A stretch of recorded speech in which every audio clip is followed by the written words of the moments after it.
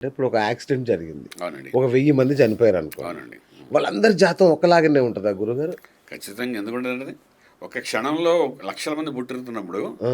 ఒకే క్షణంలోని లక్షల మంది పుడుతున్నారు. అది మీరు ఒప్పుకుంటారా? ఒప్పుకోరా? ఒప్పుకుంటాము. ఇప్పుడు మీ ముందు కనబడలేదు. కానీ కనబడకపోవచ్చు. ఒక్కసారి చూస్తే లక్షల మంది అవును. ప్రపంచంలో పుడుతున్నారు. ఒకే అవును. క్షణంలో పుడుతున్నారు. అవును. దాన్ని మీరు ఒప్పుకున్నప్పుడు ఇది కూడా ఒప్పుకోవాలిగా? హ్మ్. ఖచ్చితంగా. అంటే అందులో ఆ ఆ! ట్రైన్‌లోనే అది ఆ ఖచ్చితంగా. 1000 మంది ఎక్కుతారా? అదే జాతకం ఉన్న ఖచ్చితంగా వ్యక్తులు? జరుగుతుంది. లేకపోతే మన జన బోయింగ్ విమానంలోని అవును. ఒకడే బయటపడ్డాడు ఎందుకు అక్కడ? ఆ! అందరూ పోయారు. ఒకడే కింద పడ్డాడు ఆ! బయటికి ఇప్పుడు అనమాట. వాళ్ళందరి జాతకం ఒకటేనా? అంటే ఆ గడియలు అలా లాక్కుని వెళ్తున్నాండి. ఓకే. మీరు అదే పెద్ద ఎగ్జాంపుల్ అండి. ఎందుకంటే ఆ ఫ్లైట్ మిస్ అయింది ఒక అమ్మాయి.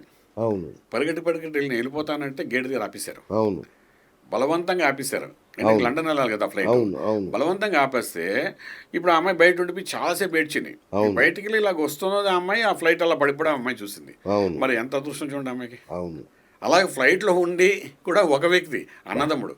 అన్నదమ్ముడు బయటపడ్డాడు. పోయాడు. తను అవును. బతికాడు. అవును. జీవితాంతం బాధపడుతున్నట్టుగా ఉన్నాడు. ఇప్పటికీ కానీ కోలుకోలేడు పూర్తిగా. అవును. బట్ ఏంటంటే he has got a life again. అవును. సో ఇదంటే ఏంటంటే ఇలాంటి వాళ్ళు కలవడం ఒక సముద్రంలో పడవ మునిగిందన్నాను. ఒక హ్మ్. ఫ్లైట్‌లో ఇది జరిగిందన్నాను. అలాగే ఒక ట్రైన్ యాక్సిడెంట్ చేసుకున్నాను. ట్రైన్ యాక్సిడెంట్‌లో కూడా మళ్ళీ ఓ పలానా బోగీలోనే అందరికీ యాక్సిడెంట్ జరుగుతాయి. అందులో ఒక 10 మంది పోతారు. 10 మంది దెబ్బలు తగులుతాయి అంటారు. అవును. ఇవన్నీ ఏంటంటే ఆ ఘటనకి అలాగ జరగడానికి ఆ జాతకాలన్నీ అలా కలుసుకుని అలా వెళ్తారండి. ఓకే. ఆ ఓకే. గ్రహాలు అందరివి అలా ఉంటాయని మనం చెప్తాము. అది సత్యం. అందులో ఏం లేదు.